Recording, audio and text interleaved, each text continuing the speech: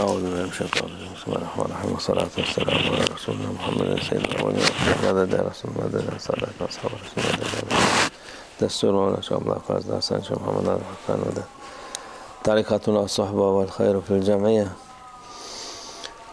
Peygamberimiz sallallahu aleyhi ve sellem buyuruyor la ta'atul mahluk fi masiyetil halik. Bir mahluk olan biz Allah'ın yarattıkları. Our beloved Prophet, peace and blessings be upon him, said that we, as the creatures, as the creation of Allah Almighty, the Creator, yaratıcına ihsan etmek için başka birini yaratılanın emrine taat olmaz ona. We must not obey those who order us and command us to oppose the commands and the will of Allah Almighty. As the creatures of our Lord Allah Almighty, we must know that Him, Allah Almighty, is our Lord, and we must not obey those who encourage us and order us to act against the will of Allah Almighty and to oppose the orders of Allah Almighty. Ona dinlenilmez yani. One must not listen to those who order you to act against the will of Allah Almighty or the commands of Allah Almighty. Allah'a karşı gelin, Allah'a karşı olun derse başka bir. Don't listen to those who order you to be against Allah Almighty, who order you to come up against your Lord Allah Almighty. İnsan Allah Azze ve Celle'nin ona taat olmaz. As humans, as the creatures of our Lord Allah Almighty, who is the Creator and who is the one whose orders we must obey, we must not follow the orders of those who order us to come up against our Lord Allah Almighty and to oppose the commands of Allah Almighty. Kötülüğü emredenin peşinden emrini peşinden gitmeye değil de emrini itaat etmek. So this is not just about not following those who command badness, who order you to do badness, but this is even more.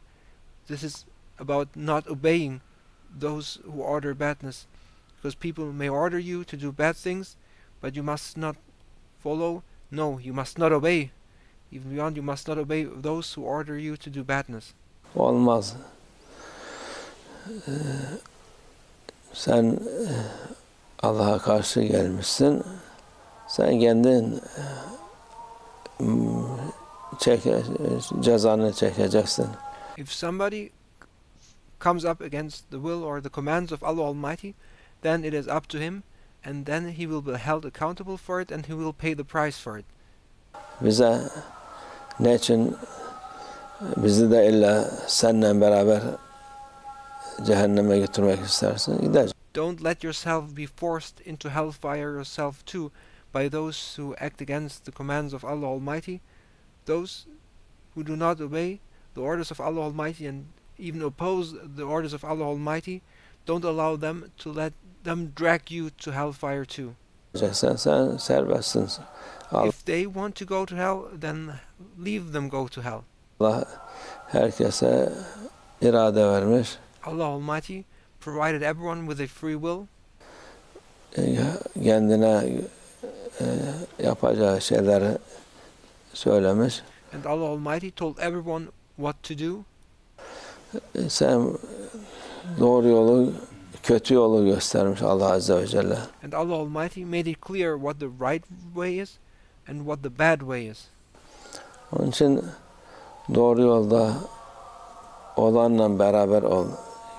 Be with those who are on the right way. Kötü yolda olup da sana bu yola gel diyene. Don't follow those who follow the bad way and who call onto you to follow their bad way too. Ona kanma. Don't let yourselves be deceived by those who make you follow their way, which in fact is a bad way. İnanma. Onun peşinden gitme. Don't believe them. Don't follow them. Don't follow those who are on a way which is against the way of Allah Almighty. Allah yolundan git.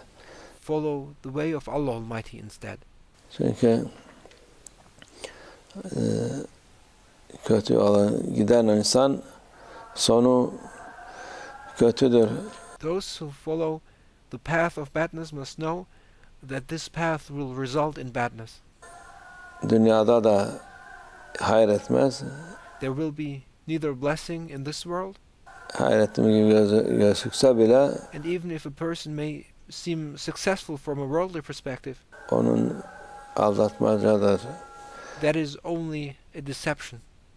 Ona Allah Azze ve Celle imkanlar verir ki You must know that Allah Almighty gives those people possibilities, insanlar zanneder ki bu bir şey kazanmış. and these possibilities which lead to seemingly worldly success is only a deception.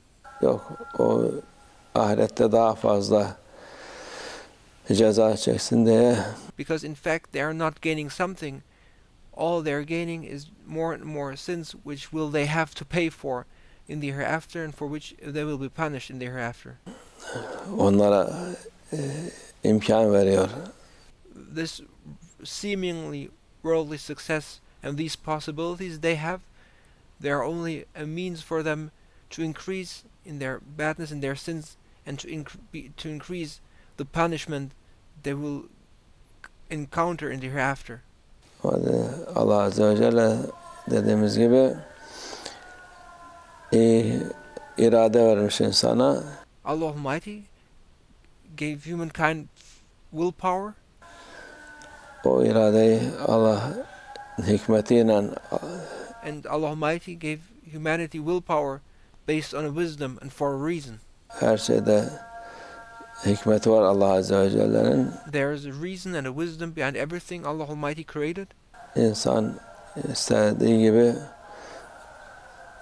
gidebilir. And with that free will, with that willpower, people have the choice to choose which path they want to pursue. İki yol var. And there are two paths to pursue. Bir doğru yol var, One way is the right way. bir kötü yol var.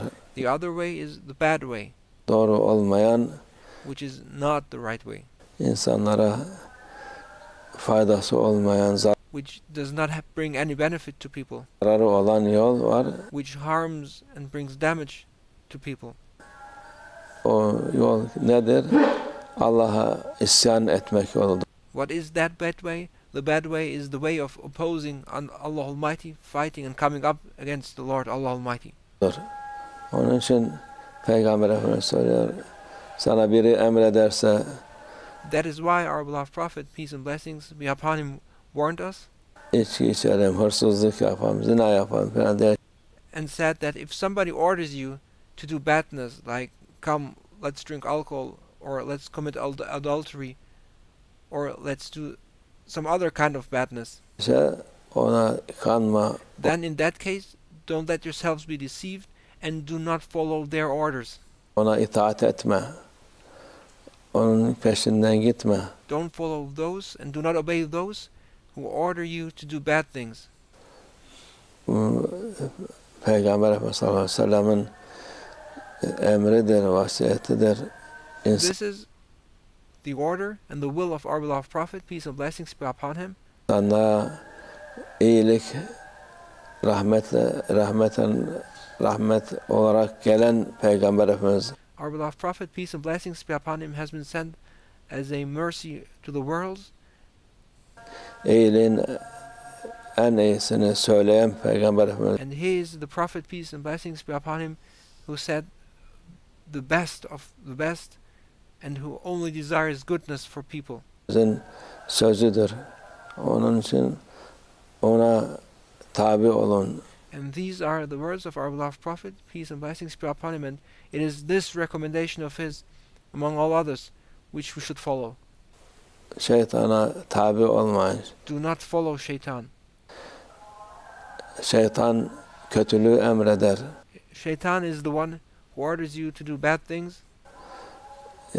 ona itaat eden hiç iflah etmez. Those who obey shaitan will never be successful. Allah muhafaza etsin. May Allah Almighty protect us. Allah şeytanların şerrinden, kötülüğü emredenlerin şerlerinden muhafaza etsin. May Allah Almighty protect us from the evil of shaitan and protect us from the evil and badness of those who order people to do bad things. Allah onlara kandırmasın bizi. And may Allah Almighty protect us from being deceived by them. Ve minallah tevfik. El Fatiha.